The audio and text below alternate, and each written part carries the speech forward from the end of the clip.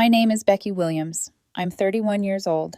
And 6 months ago, I received a text message that didn't just end my relationship, it exposed everything I'd been quietly ignoring. Hey, just a heads up. I told everyone we're on a break. I need some space to think. I was 200 miles away at a mandatory work conference when it came through. I stared at the screen longer than I'd like to admit, rereading it again and again like the words might rearrange themselves into something that made sense.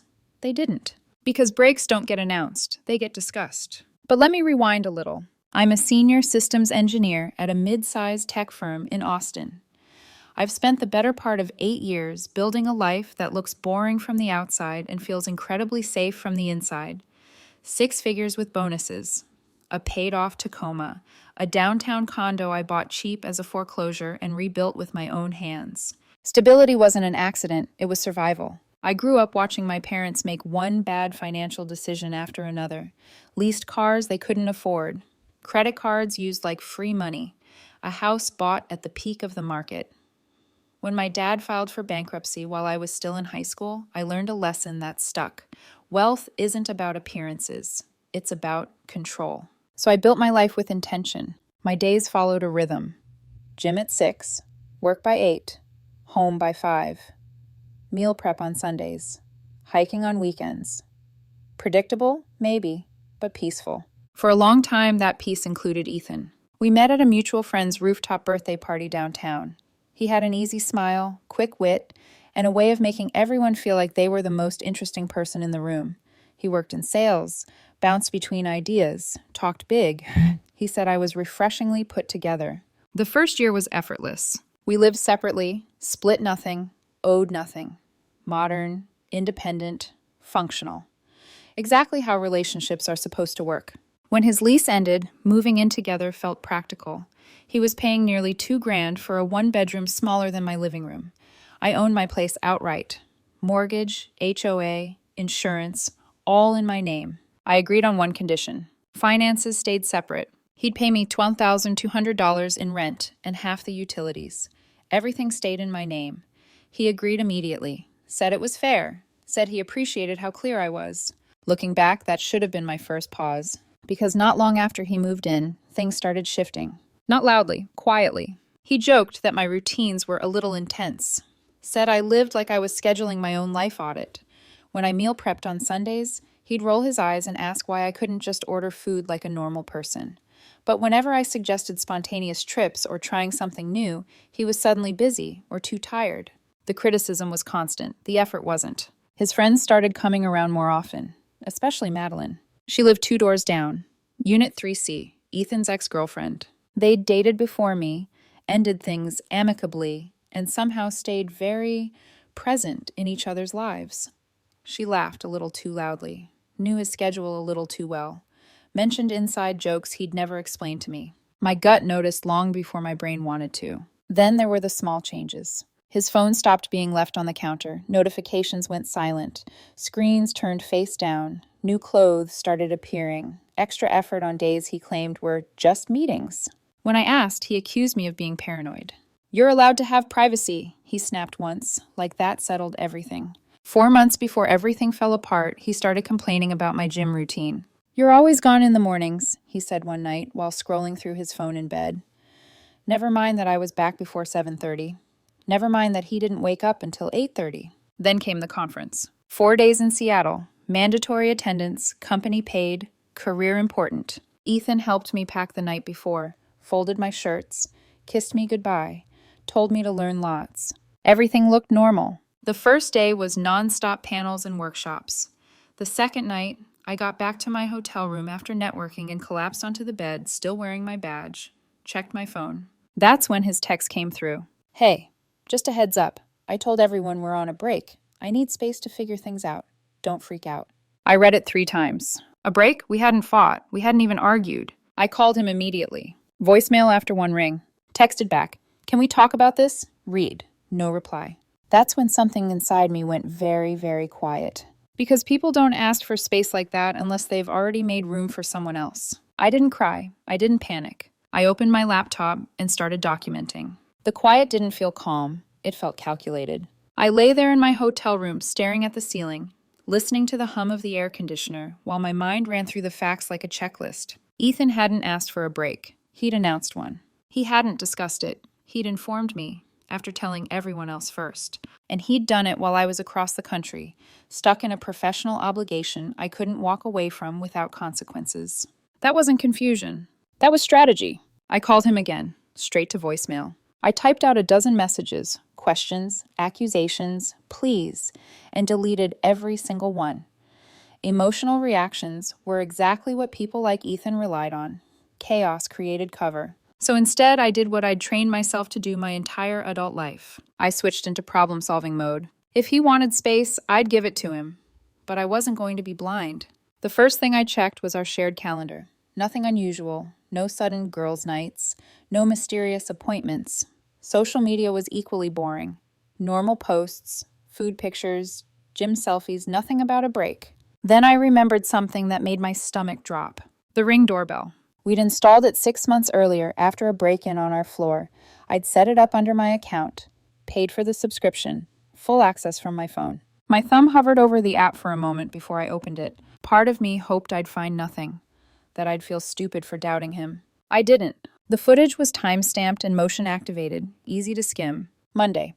Ethan left for work at 8:45, came home alone at 6:10. Normal. Tuesday. He left at the usual time, came back at 12:30 p.m.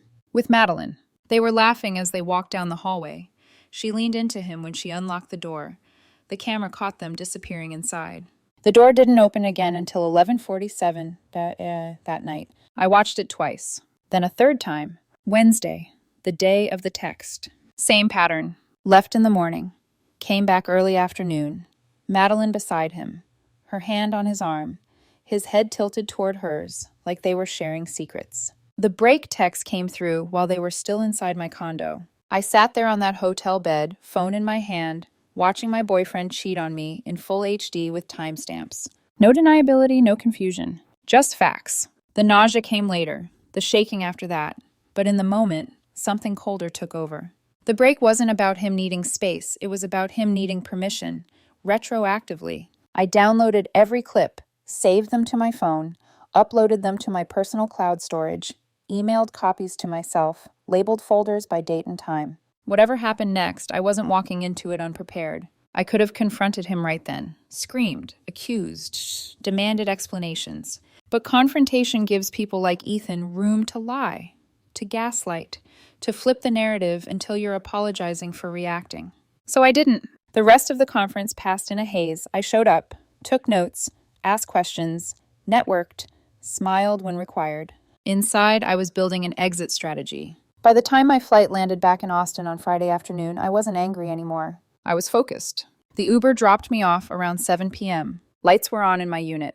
I could hear laughter through the door. I unlocked it and walked in like it was any other night. They were on the couch, not touching, sitting just close enough to insult my intelligence. Madeline jumped first. Ethan followed a second later. "Oh, hey," Ethan said, scrambling to stand. "I was just, Madeline was keeping me company while you were gone." I didn't answer. The silence stretched, thick, uncomfortable. Madeline grabbed her jacket. "I should go," she said quickly. "Early morning." She didn't look at me as she left. Ethan stayed frozen on the couch, watching my face like he was waiting for a storm. I walked past him into the kitchen, opened the fridge, found leftovers, and put them in the microwave. "We need to talk," he finally said. "About what?" I asked, grabbing a fork. "About us, about the break." The microwave beeped. I sat at the counter and started eating. "Did you get my text?" he pressed. "Yeah," I said calmly. "You said you needed space. I'm respecting that." His confusion was almost comical. "That's it? You're not upset?" "You made a public decision without me. What exactly am I supposed to argue?" He frowned. "I just needed time to think." "And?" I asked. "Have you figured it out?" "I don't know yet." I nodded, finished my food, walked into the bedroom. Over the next hour, I packed a duffel bag. Clothes, laptop, documents, essentials, methodical, quiet. Ethan appeared in the doorway, panic creeping into his voice. "What are you doing?" "Giving you space." "I didn't mean you should leave." "It's my place," I reminded him softly. "But you asked for room to think. I'm making it easy." That wasn't the plan he'd made. I could see it in his eyes. As I zipped the bag and walked out, he followed me to the door. "This isn't what I wanted," he said, voice rising. I know, I replied. That's why I'm doing it. I closed the door behind me. Phase 1 was complete. By the time I checked into the extended stay hotel near my office, it was almost 10 p.m. Room 237, neutral walls, clean sheets, no memories. Perfect. I dropped my bag, sat on the edge of the bed, and let myself breathe for exactly 1 minute, not to cry, just to reset. Then I pulled out my phone and made the first call of Phase 2. My lawyer. Yes, I know how that sounds, but when you own property and someone else lives in it, emotions don't protect you. Laws do. I left a voicemail. Hey, Tom, it's Becky Williams. I need a consultation about a tenant situation. Call me when you can. He called back Saturday morning. I laid everything out calmly. Boyfriend, paying rent, no lease, relationship over. I needed to know my options. Tom didn't hesitate. Good news, he said. You did everything right up front. He's legally a month-to-month tenant. And the bad news? You can't just kick him out. Texas requires 30 days written notice. I nodded, already expecting that. Written, dated, delivered properly. Certified mail is best. Email copy too. Document everything. We scheduled an appointment for Monday to draft the notice. Call 1 complete. Next came documentation. I created a folder on my laptop labeled Eviction, Williams Condo, and started filling it. Rental agreement, scanned. Ring footage, downloaded. Text messages, screenshot. Payment history, spreadsheet. That's when I noticed something interesting. Ethan had been late on rent 4 times in the past 6 months. I'd brushed it off back then. Relationship grace, bad month. I'll get you next week. Now it was a pattern. Patterns matter in court. Saturday afternoon, while Ethan was out, I tracked his car through the garage logs. I returned to the condo. I didn't confront him. I documented. I photographed everything, every room, every surface, every piece of furniture, time-stamped, dated, clean record of the unit's condition. Most of the place was mine. Couch, bed, TV, kitchen table, desk, all purchased before he moved in. When I opened his nightstand drawer, I almost missed it. A cheap burner phone, cracked screen, no case. I turned it on. Messages loaded immediately. Madeline, 4 months worth. Hundreds of texts about my schedule, about when I was at the gym, when I was traveling. Complaints about me being predictable, about how I lived like a spreadsheet. One message from 3 weeks earlier made my jaw tighten. She's so routine, it's creepy. Gym, work, sleep. You make me feel alive again. I photographed everything, backed it up, put the phone back exactly where I found it. I didn't need revenge. I needed proof. Monday morning, I met Tom in his office. We drafted the notice together. Formal, clean, professional. This letter serves as 30/30, days notice that your tenancy at address will terminate on April 15th, 2024. All rent and utilities must remain current through your final day of residency. No emotion, no explanation, just law. I sent it that afternoon. Certified mail to Ethan's office, email to his personal and work accounts. Read receipts on. The reaction came fast. My phone started ringing around 4 p.m. Ethan, blocked. New number, blocked. Text messages flooding in. You can't do this. This is illegal. Everyone at my office saw the letter. Call me right now. I didn't respond. At 7 p.m., the hotel front desk called. There's a man here asking for your room number. I don't want to see him, I said calmly. This is a domestic separation. Understood. I watched from my window as Ethan argued with the clerk, pacing, gesturing, voice raised. Eventually, he left. A text came through minutes later. Fine. If you won't talk like an adult, I'll get a lawyer. Screenshot. Saved. Tuesday brought the flying monkeys. Mutual friends texting. His sister calling. One message from a friend saying, he says you're throwing him out with no warning. I didn't correct them. If Ethan wanted to lie, that was his choice. Wednesday, I received an email from an attorney. The language was sloppy. The claims wrong. Threatening tone. No letterhead. I forwarded it to Tom. He called me laughing. This is impressively bad, he said. Want me to respond? Please. Tom sent a single email back, citing tenant law, attaching the notice, outlining Ethan's month-to-month status. That ended the lawyer threats. Then Ethan stopped paying rent. March 1st passed with nothing. I sent one email noting non-payment and late fees. He replied, I'm not paying rent to someone who's kicking me out. I forwarded it to Tom. That helps, he said. A lot. Week 3 was when Ethan tried manipulation. Then guilt. Then anger. Each message quieter than the last. Because control was slipping. And he knew it. By week 3, the story Ethan was telling himself started falling apart. And when that happened, he tried telling it louder. He went quiet for a few days after the rent refusal backfired. No calls, no texts. I almost thought he'd finally accepted reality. Then the social media posts started. Sad photos, carefully angled selfies, captions vague enough to invite sympathy without admitting guilt. Sometimes the people you trust most show you who they really are. Healing from emotional abuse takes time. The comments poured in. You deserve better. Stay strong.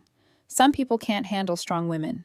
I didn't respond. I didn't post. I didn't defend myself. Silence is unsettling to people who rely on reactions. Midweek, building management called me. Your tenant requested access for someone named Madeline to help him pack. Do you authorize that? No, I said immediately. She's not allowed in my unit. Understood. Less than an hour later, Ethan texted. Seriously? You won't even let someone help me? I replied once. Madeline is not authorized in my property. You can hire professional movers. She's just a friend. Then she can wait at the curb. That was the moment the tone changed. The apologies came next. Long paragraphs, emotional language, regret carefully framed without accountability. I was confused. I panicked. I didn't want to lose you. Translation was simple. Whatever he thought he had with Madeline wasn't working out. Reality had shown up. Market rate rent, no backup plan, and consequences he couldn't charm his way out of. When apologies didn't work, guilt followed. I don't have anywhere to go. You're basically making me homeless. I didn't respond. He had 30 days. He'd known since day one. Then came anger. Enjoy your sterile condo and boring routines. You'll never find someone who puts up with you like I did. That one actually made me smile. April 15th arrived quietly. I'd prepaid a storage unit in Ethan's name for 1 month and scheduled professional movers. Clean, documented, no drama. At 9 a.m., the movers arrived with building management present as witnesses. Ethan wasn't there. 3 hours later, everything that belonged to him was boxed and stored. I texted him once. Your belongings are in storage at address. Unit 247. Keys are at the front desk. No reply. That afternoon, I changed the locks. New deadbolt, new mailbox key. $300. Worth every cent. That night, I walked through the condo alone. No tension, no waiting for reactions. No footsteps that didn't belong to me. Just space. Stop! Part 5. I moved back in the next morning. The condo felt different. Lighter, quieter. Finally mine again, in a way it hadn't been for over a year. I cleaned everything. Washed the sheets. Scrubbed the bathroom. Opened the windows and let fresh air replace old memories. By midnight, there was no trace of Ethan left. The aftermath was predictable. Texts from new numbers. Emails asking for closure. One last attempt from a friend telling me I was being harsh. I didn't respond. I blocked, filtered, deleted. And then, life got better. Work improved almost immediately without the constant background stress. I finished a major project early and earned a bonus. Started looking at buying a small house outside the city. My gym routine intensified. Added rock climbing twice a week. Met people who challenged themselves instead of criticizing discipline. I picked up woodworking. Built furniture with my own hands. Filled my condo with pieces that had purpose and weight. I took a solo trip to Colorado. Drove mountain roads with no itinerary. Hiked until my legs burned. Came back feeling clearer than I had in years.